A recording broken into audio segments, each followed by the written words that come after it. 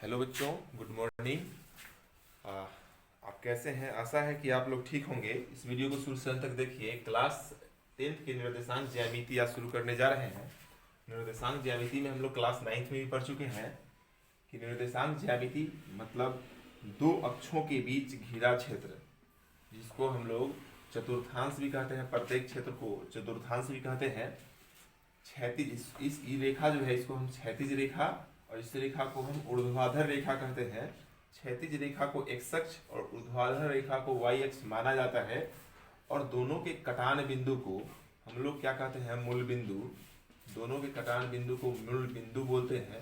मूल बिंदु का निर्देशांक होता है 0,0 और एक्स अक्ष और वाई अक्ष में कि किसी भी बिंदु को यहाँ अगर रहेगा तो ये जैसे ये पॉजिटिव, ये वाला पॉजिटिव, ये निगेटिव, ये निगेटिव, मतलब यहाँ जीरो है, जीरो से नीचे निगेटिव, जीरो से ऊपर पॉजिटिव। किसका? तो ऊर्ध्वाधर रेखा का। जीरो से दाहिना और क्षैतिज रेखा पॉजिटिव, बायां और निगेटिव।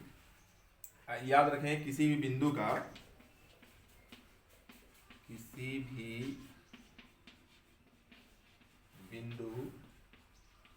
का जो मानक रूप होता है, मानक रूप वो होता है x, y का। x, y मैंने प्रत्येक बिंदु, अगर कोई बिंदु रहेगा 3,4 तो x का वैल्यू कितना होगा? 3।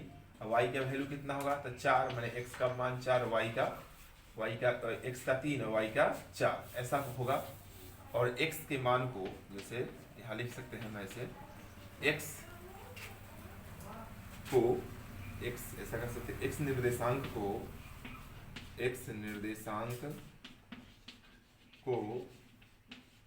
भुज कहते हैं। भुज, x निर्देशांक को भुज, x निर्देशांक को भुज यानी एक्सिसिया कहते हैं। एक्स निर्देशांक को मतलब अगर 5 और 6 है, कोई पूछेगा कि भुज क्या है तो बताएंगे 5, ठीक है। और दूसरा y निर्देशांक को कोटि कहते हैं। कोटि, y निर्देशांक को कोटि, ऑर्डिनेट कहते हैं। y निर्देशांक को क्या कहते हैं? हम ऑर्डिनेट कहते हैं। इसमें कोटि कोई पूछेगा कितना बताएंगे हम? 6। भुज पूछेगा तो बताएंगे 5। तो भुज और कोटि यह समझ में आ गया होगा।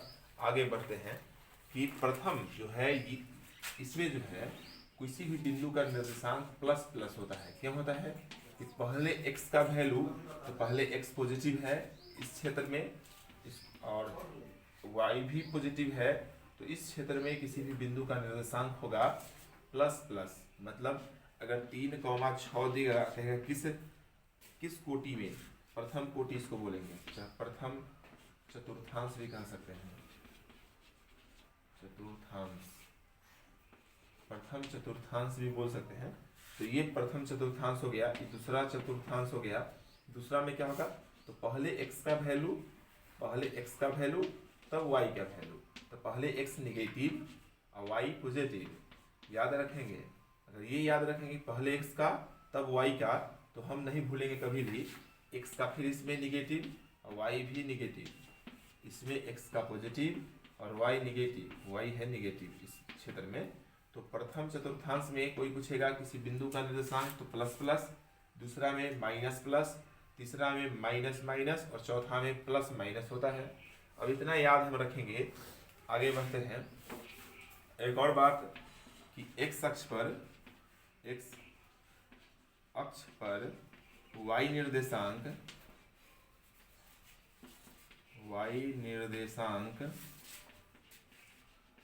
शून्य होता है, 0 होता है।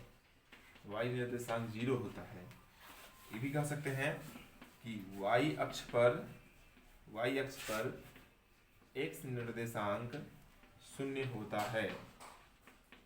है। मतलब अगर इस अक्ष पर किसी बिंदु का वैल्यू होगा, कोई बिंदु होगा, तो उसमें जो होगा y का मान तो होगा, पर x का मान नहीं होगा, तो x का मान 0 होगा।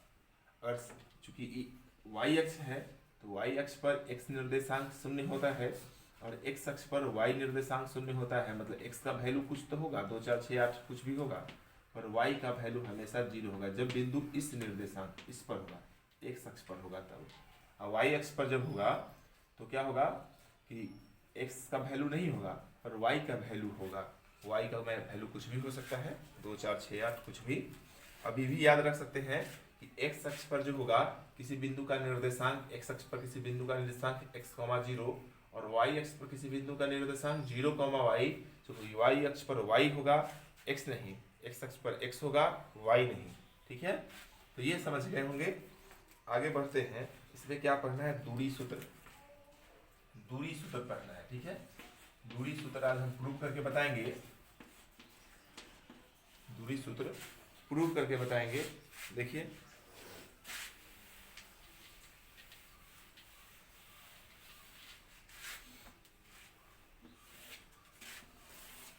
दो बिंदु है P और मान लेते हैं Q। P का निर्देशांक मान लेते हैं x1 y1 और Q का निर्देशांक मान लेते हैं हम x2 y2। ठीक है, दोनों के बीच की हमको दूरी, ये वाला दूरी ज्ञात करना है। ये क्या है, PQ दूरी ज्ञात करना है। तो इसको हम इस तरह से हम कर सकते हैं।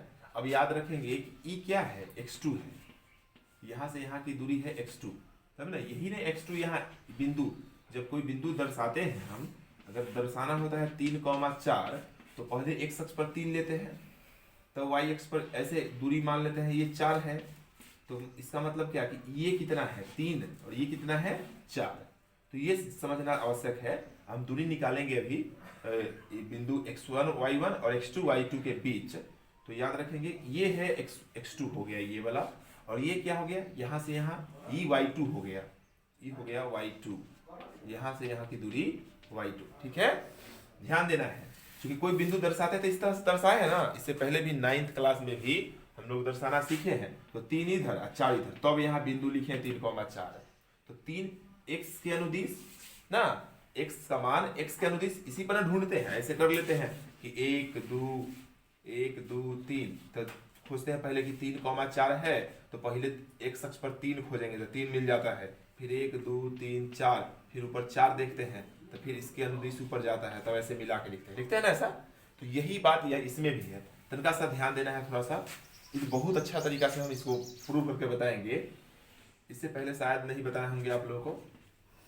देखो ये है x2, इस बिंदु के लिए ये x2 है और ये y2 है, और इस बिंदु के लिए ये होगा हमारा x1, यहाँ से यहाँ की दूरी होगा x1 ये वाला, और यहाँ से यहाँ पूरा होगा क्या मेरा y1, पूरा y1 होगा। ठीक है, अब हम ये दूरी निकालेंगे। तो ये अगर मान लेते हैं समकोण त्रिभुज है, ये तो 90 डिग्री होवे करता है, 90 डिग्री होता है ना। अब कोई बिंदु दर्शाते हैं तो हम ऐसे ले जाते हैं 3, और ऐसे थोड़ी ले जाते हैं 4, नहीं ना ले जाते हैं। ले कैसे जाते हैं, सीधा ले जाते हैं, 90 डिग्री पर ले जाता है ना। तो ये तो 90 डिग्री पर जाएगा सीधा, ठीक है, तो जाएगा नहीं, तो नहीं जाएगा। तो ई 90 है, तो ई है कथी, कर्ण है, ई कर्ण है ना। तो ये कर्ण है, इसको मान लेते हैं हम PQ है, तो इसको R मान लेते हैं। तो कि RQ कितना हो जाएगा, RQ बराबर RQ कितना हो जाएगा, तो ये पूरा है x2 और ये है x1। तो पूरा में से अगर ई घटाएंगे, जैसे ये पूरा है x2, ये दोनों बराबर ना है, ये दोनों बराबर है, तो ये पूरा x2 में से हम ई वाला x1 घटा लेंगे, तो अब ना आएगा हमारा ई RQ। ठीक से समझना, ये पूरा में से अगर ई वाला हम घटा लेते हैं, घटाना माने मिटाना भी होता है? मिटाते हैं ना। कोई लिखा सीखता है ना कि 8 में से हमको 3 घटाना है, तो 8 को चिन्ह खींच लेना, ऐसे 8 को चिन्ह खींचना, 3 को मिटा देना, और तब गिनना कय को होगा, घटाता है ना। तो हम मिटा दिए, पूरा में से हमको ई घटा लेना है, तो बचेगा कौन, RQ। तो RQ मतलब पूरा है x2, पूरा कितना है x2, और ई कितना है x1, तो मतलब कितना हो जाएगा x2 minus x1, x2 minus x1। तो ये वाला निकल गया मेरा RQ। अब ये PR कितना होगा, तो PR निकालेंगे, तो ये पूरा में से यहां से यहां कितना है y1, यहां से यहां पूरा कितना है y1, उसमें से कितना घटा लेंगे हम y2,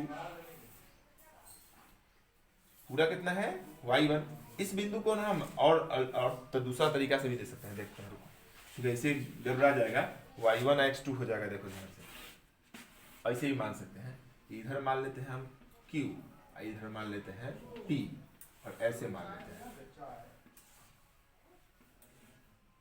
इसको निकालना है ना, तो इसको मान लेते हैं हम x2, y2, इसको मान लेते हैं x1, y1। प्रूव करने के लिए फॉर्मूला का तो सब कोनो फॉर्मूला कैसे जानता है कि x2 माइनस और y2 माइनस, तो यहाँ तो x2 माइनस x1 हो गया है, लेकिन उसमें देखो अब ई वाला कितना होगा, ई वाला हमारा x2 होगा, अच्छा x2, हाँ इसको मान लेते हैं उल्टा x1 y1, इसको हम x2 y2, तो ई कितना हो जाएगा, यहाँ से यहाँ हो जाएगा x1, और यहाँ से यहाँ हो जाएगा x2, यहाँ से यहाँ हो जाएगा y1, और ये पूरा हो जाएगा y2। अब घटेगा तो ये जो हो गया, इसको r अगर मान लिए तो r क्यू, तो पूरा में से x2 में से ये x1 घट गया, तो ये आ गया ना। अब हम मान लेंगे pr, ये p है तो pr, तो ये पूरा y2 में से y1 घट जाएगा, y2 में से y1 घट जाएगा, तब ये y2 माइनस y1 आ गया। उस समय y1 माइनस y2 आ रहा था, उससे कोई फर्क पड़ता नहीं है, कोई फर्क नहीं पड़ता है, लेकिन किताब में लिखले है तो उसे ही लाना है, तो हम तो इसे पढ़ाते नहीं है, हम तो पढ़ाते हैं x निर्देशांक के अंतर का वर्ग जोड़ y निर्देशांक के अंतर का वर्ग, पढ़ाते हैं ना। तो चूंकि किताब में लिखा हुआ है कि x2 minus x1, y2 minus y1, तो हमको लाना है, थोड़ा सा पिक्चर में चेंज कर दिए, लेकिन सोच तो वही है, तरीका तो वही है ना। अब हमको क्या निकालना है, हमको दूरी PQ का निकालना है, तो PQ बराबर क्या हो जाएगा, PQ तो कर्ण है, PQ कर्ण है, तो आधार स्क्वायर जोड़ लंबे स्क्वायर, तो आधार क्या हो जाएगा QR square root under QR square चाहे RQ स्क्वायर, कुछ भी लिख सकते हैं, जोड़ क्या हो जाएगा PR स्क्वायर। अब क्या होगा रूट अंडर, इसका है x2 माइनस x1 का स्क्वायर, जोड़ y2 माइनस y1 का स्क्वायर। इसका हेडिंग हम दे सकते हैं कि बिंदु, ऐसा हेडिंग बना सकते हैं, बिंदु P x1, y1 एवं x2, y2 के बीच की दूरी, बीच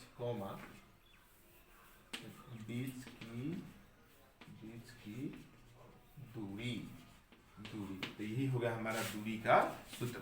दूरी का सूत्र हो गया क्या, x2 माइनस x1 का square root under x2 minus x1 का स्क्वायर जोड़ y2 माइनस y1 का स्क्वायर, या इसको हम लिख सकते हैं रूट अंडर x निर्देशांक के अंतर का वर्ग जोड़ y निर्देशांक के अंतर का वर्ग,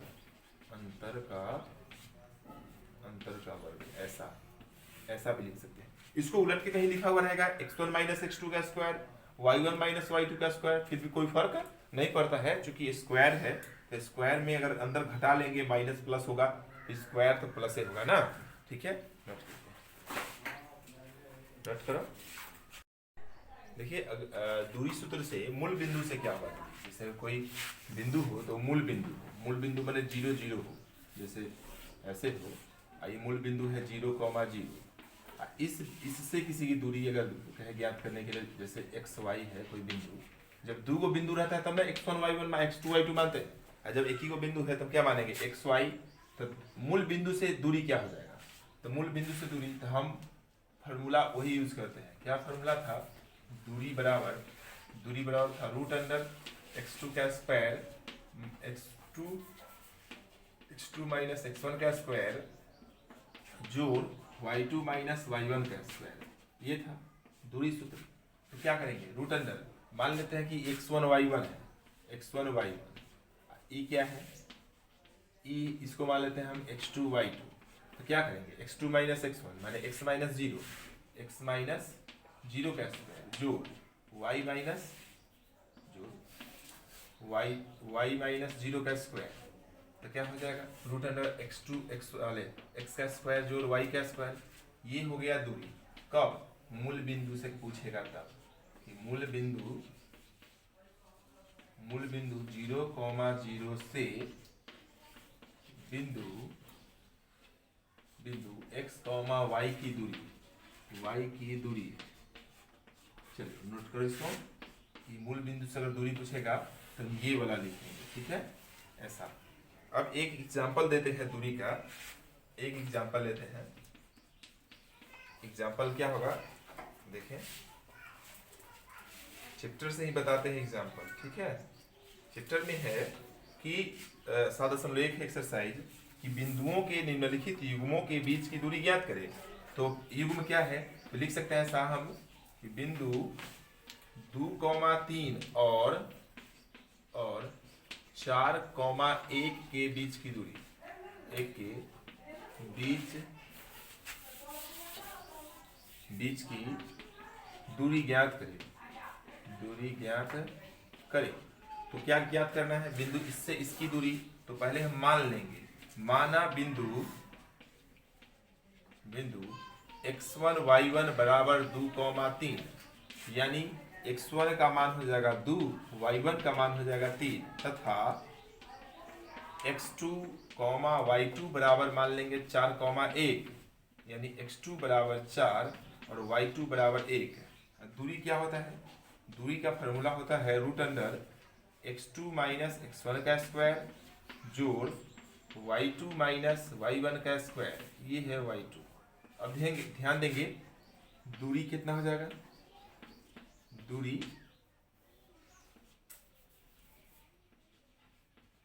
बराबर रूट अंडर x2 का मान है 4, 4 घटाओ 2, 4 घटाओ 2 का स्क्वायर जोड़ 1 घटाओ 3 का स्क्वायर, 1 घटाओ 3 का स्क्वायर। तो ये वाला भी आ जाएगा 2 का स्क्वायर, तो 2 का स्क्वायर ही हो जाएगा माइनस 2 का स्क्वायर, यानी ये हो जाएगा 4 जोड़ 4, तो रूट अंडर 8 को लिख सकते हैं 2 रूट 2।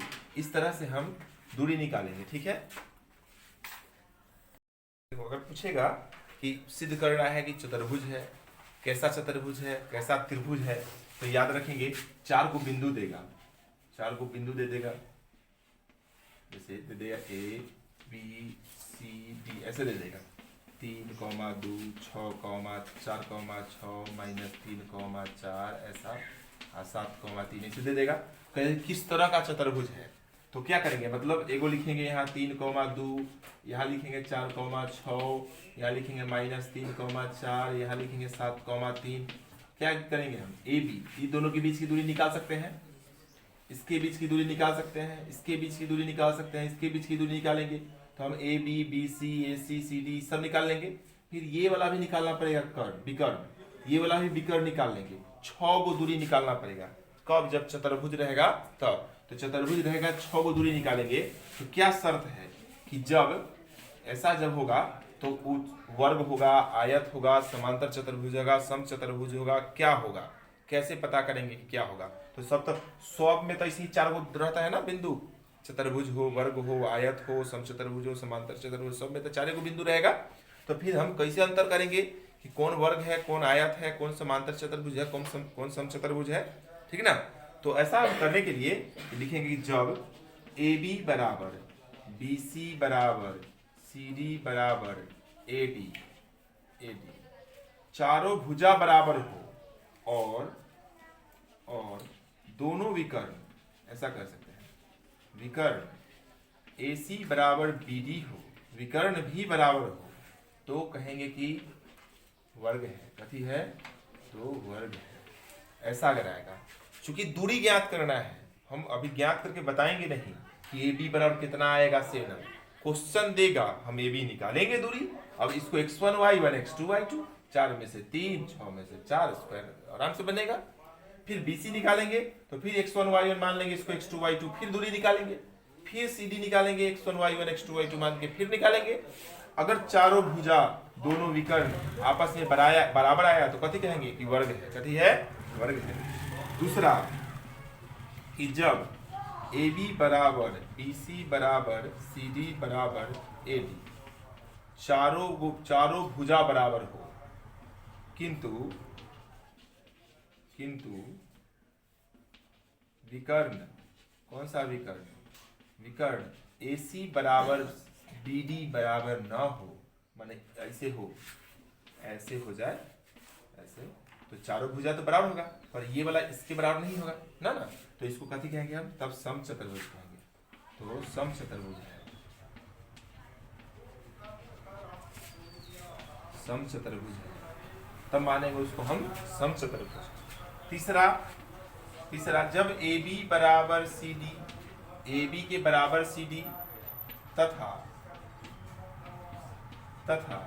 AB बराबर, देखो AB बराबर CD और BC बराबर AD, BC बराबर AD, AB बराबर CD, BC बराबर AD, BC बराबर AD तथा AC बराबर BD हो। याद रखना, जब भी चतुर्भुज के बाद आएगा तो 6 को दूरी ज्ञात करना होगा, बता दिए ना, क्या को दूरी 6 को, 1 2 3 4 5 6, और 6 में चेक करेंगे एक अनुसार जोन फिट करेगा। अगर ऐसा वाला फिट बैठा कि चारों भुजा बराबर है, विकर्ण दोनों बराबर है, तो वर्ग कह देंगे कि वर्ग है। चारों भुजा बराबर आएगा, विकर्ण बराबर नहीं आया तो कहेंगे समचतुर्भुज है। चारों आमने सामने की भुजा बराबर आया और विकर्ण बराबर आया तो कहेंगे कि आयत है, तो आयत है। ठीक है। चौथा रहेगा जब आमने सामने की भुजा बराबर हो, आमने सामने की भुजा बराबर हो, मतलब AB बराबर CD, BC बराबर AD हो, किंतु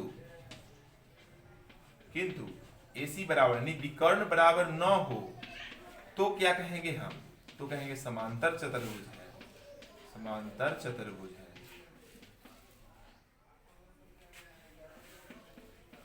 समांतर चतुर्भुज है, समझ गया? ठीक है, नोट करो।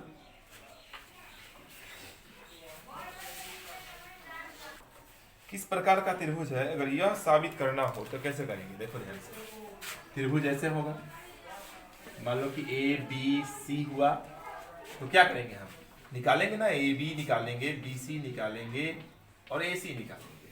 अगर तीनों भुजा बराबर आया तो कहेंगे समबाहु त्रिभुज,